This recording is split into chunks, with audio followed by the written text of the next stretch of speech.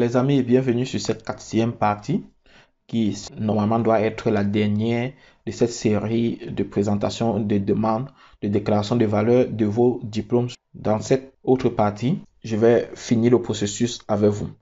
Tout d'abord, je vous ai expliqué dans un premier temps tous les documents qu'il fallait apprêter. Après, je vous ai montré comment créer votre compte sur Chimea. Et par la suite, nous avons vu comment introduire les documents pour vérification sur Chimea. Je vais continuer le processus avec vous. D'abord, j'ai oublié de vous dire tout à l'heure que lorsque vous aviez fini de vous enregistrer, il devait avoir ce second message. Donc, c'était tout simplement pour vous indiquer que vous avez complété vos données. Ok, retournons à ce qui nous incombe. Nous avons fini d'introduire tous nos documents. Par la suite, qu'est-ce qu'il faut faire? Lorsque nous avons fini d'introduire tous nos diplômes, si vous remarquez très bien au niveau de qualification, nous avons demandé à Chimea de vérifier plutôt au niveau licence et vous devez introduire tous les documents que je vous ai cités à la base. Alors, maintenant, nous rentrons au niveau toujours de Rome et profil et ensuite documents. En ce moment, nous allons chercher à introduire tous nos documents personnels. Alors, dans un premier temps, je clique toujours sur ajouter document et ensuite je choisis ici select. Choisis le document. Mon document d'identification, c'est le passeport. Et lorsque je sélectionne le type de document qui est soit la carte nationale d'identité, soit le passeport. Donc, je vous ai dit de travailler avec le passeport parce que vous êtes en train d'étudier sur un territoire étranger. C'est plus facile. Mais vous pouvez également ajouter votre carte nationale d'identité. C'est pour ça que j'avais cité la carte nationale d'identité au départ. Je choisis. Ensuite, pays de provenance. Donc, OK. Si mon passeport vient du Cameroun, je dois sélectionner le Cameroun. Par la suite, je mets le nom du document, c'est le passeport, et je télécharge tout simplement le document. En ce moment, vous allez choisir votre passeport. Je fais Save. Je reprends le même processus pour insérer mes autres documents. Si je suis à l'extérieur, je dois également insérer mon permis de séjour. Même si vous n'avez que le récépissé, vous allez mettre. Vous faites le même scénario. Vous sélectionnez. Si vous êtes à l'extérieur, si vous avez un visa, vous mettez. Si vous avez la résidence permanente, vous mettez. Si vous êtes réfugié, vous mettez. Si vous avez plutôt un autre document, vous mettez. Donc, on va choisir ici. Dans votre cas, c'est le permis de séjour. Si vous êtes déjà sur le territoire italien et que vous avez votre visa encore valide, vous pouvez également mettre. Si vous n'avez pas encore votre permis de séjour, c'est également valide. Ça ne dérange en rien, les amis. Donc là, maintenant, je prends visa, qui sera le cas pour plusieurs d'entre vous. Ceux qui ont déjà leur permis de séjour, vous sélectionnez le deuxième, tout simplement. Vous sélectionnez le pays de provenance. Je sélectionne le Cameroun. Je choisis maintenant mon document ici. Vous voyez pourquoi je vous ai demandé de scanner votre permis de séjour à la base. Mais je prends au cas où vous n'avez pas encore le permis de séjour. Mais si vous avez le récépissé également, ça passe. Je choisis. Pour ceux qui ont le récépissé également, ça passe. Vous choisissez le permis de séjour et vous mettez votre récépissé sans problème. Vous pouvez joindre à ça votre visa. Ça ne dérange en rien. Bon, le nom ici, c'est visa de type D. Je valide. Le même scénario. Si j'ai autre document d'identification que je vais introduire, je clique là. Mais maintenant, si j'ai introduit ces deux documents importants, c'est-à-dire mon passeport, mon permis de séjour ou mon visa, je reviens par la suite, je clique sur Consent Document. Je dois également cliquer ici, je sélectionne Consent Form. Lorsque j'ai choisi Consent Form, je dois télécharger ce document-ci. Vous cliquez là pour pouvoir télécharger ce document dans votre machine. Une fois que vous avez téléchargé ce document, c'est un document qui permet de donner votre consentement à Chimea de pouvoir traiter tous vos diplômes. Vous allez dérouler jusqu'en bas. Vous allez cocher cette case naturellement. Même avec la main, vous pouvez le faire. Et ensuite, vous mettez votre nom. Ça, c'est le prénom, Brice. Ici, votre nom. Là, vous mettez la date du jour. Ça dépend du jour que vous êtes en train de faire ce document. Je mets une date au hasard. Le 12/11/2022. Pour la signature, vous êtes obligé d'imprimer ce document, signer, scanner et revenir faire le même processus que tout à l'heure. Ça, c'est pour donner le consentement à Chimea de pouvoir traiter vos dossiers. Je reviens ici, je le sélectionne parce que je l'ai à scanner. Je le sélectionne, Consent Form, parce que si vous ne signez pas, Chimea ne va pas gérer. Et je confirme. Bon, on me demande maintenant, ça c'est le document Consent Form. Et je valide. Voilà les documents que nous avons insérés. Consent Document, Residency Document et notre document d'identité. C'est très important cette partie. Alors, je reviens pour vous expliquer. Je vous ai dit, en ce qui concerne les documents d'identité, vous avez soit votre passeport, soit votre numéro d'identifiant unique, soit votre permis de conduire.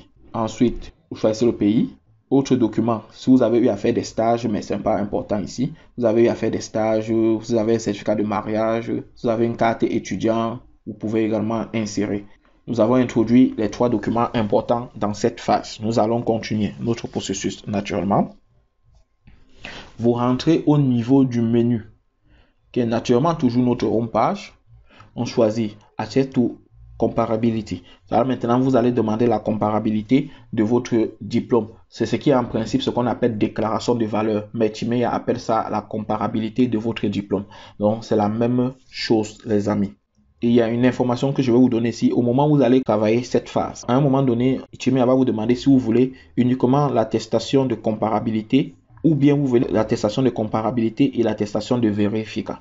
Vous deviez choisir les deux à ce moment. Bon, on continue le processus.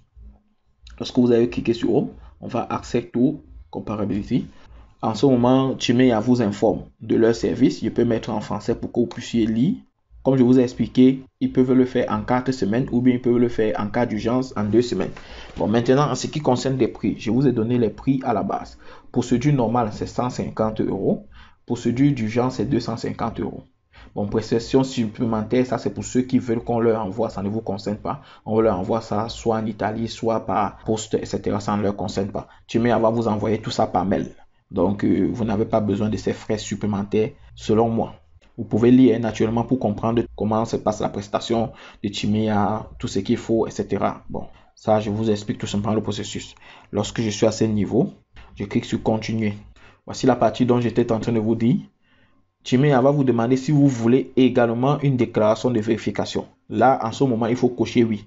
Parce que si vous ne cochez pas cette case, ils vont vous donner tout simplement l'attestation de comparabilité qui est la déclaration de valeur. Et plus tard, l'université va vous demander l'attestation de vérification. Vous allez retourner leur écrit et ils vont vous demander des frais supplémentaires. Je pense entre 45 € ou bien 35 €, un truc de ça, je ne me souviens pas du prix, mais ils vont vous demander des frais supplémentaires. Or, si lors du processus, vous avez payé vos 150 € pour la procédure normale et vous avez cliqué les deux, ils vont vous fournir ce deuxième document gratuitement. Ça peut vous servir plus tard. Donc, vous cochez également cette partie.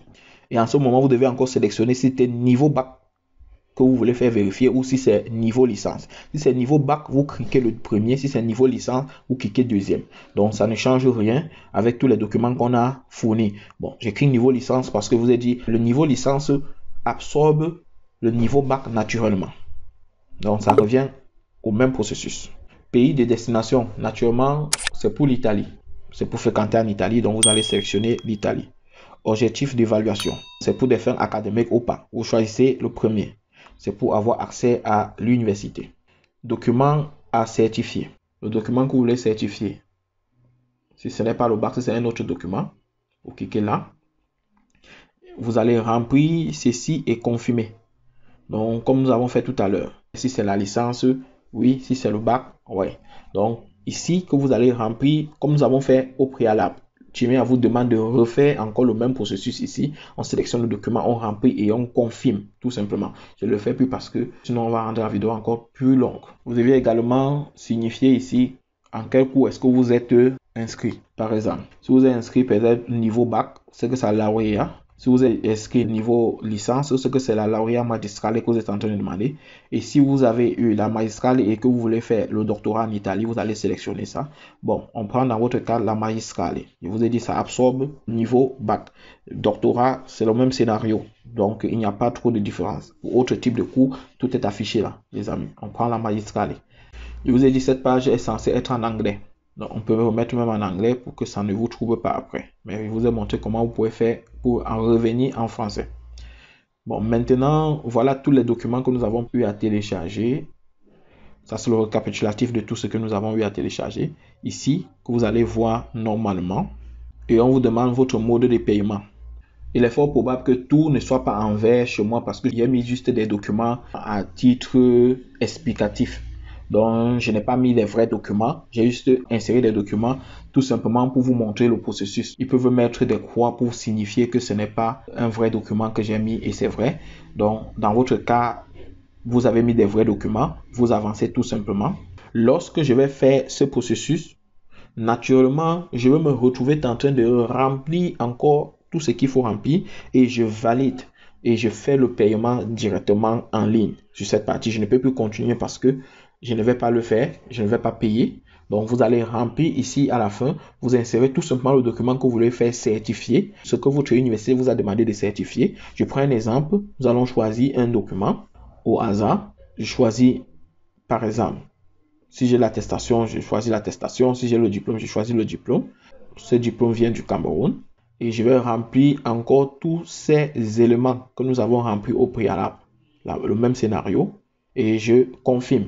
Une fois que c'est fait, normalement, on doit avoir une autre page qui doit s'afficher pour conclure le paiement et laisser maintenant le travail à Chimea de pouvoir le faire. Ce que je vais encore ajouter avant de conclure cette autre partie, vous devez vous connecter chaque fois pour pouvoir vérifier parce que Chimea va vous demander des informations ou bien va vous informer par rapport à la procédure de votre document. Donc, il peut y avoir une information très importante pour vous et que vous ne savez pas. Et après cela, Chimea va également vous envoyer un message pour vous demander de vous connecter sur My Service. Voici My Service ici. Et vous demander de retélécharger tous les documents que vous avez téléchargés tout à l'heure. Donc, c'est pour ça que je vous ai dit, il faut avoir tous vos documents dans votre téléphone ou dans une clé USB. En cas d'information subite, vous vous connectez et vous retéléchargez tous vos documents. Donc, c'est très important déjà. Et ce sont les mêmes documents que vous avez téléchargés tout à l'heure lorsque vous étiez sur Chimea.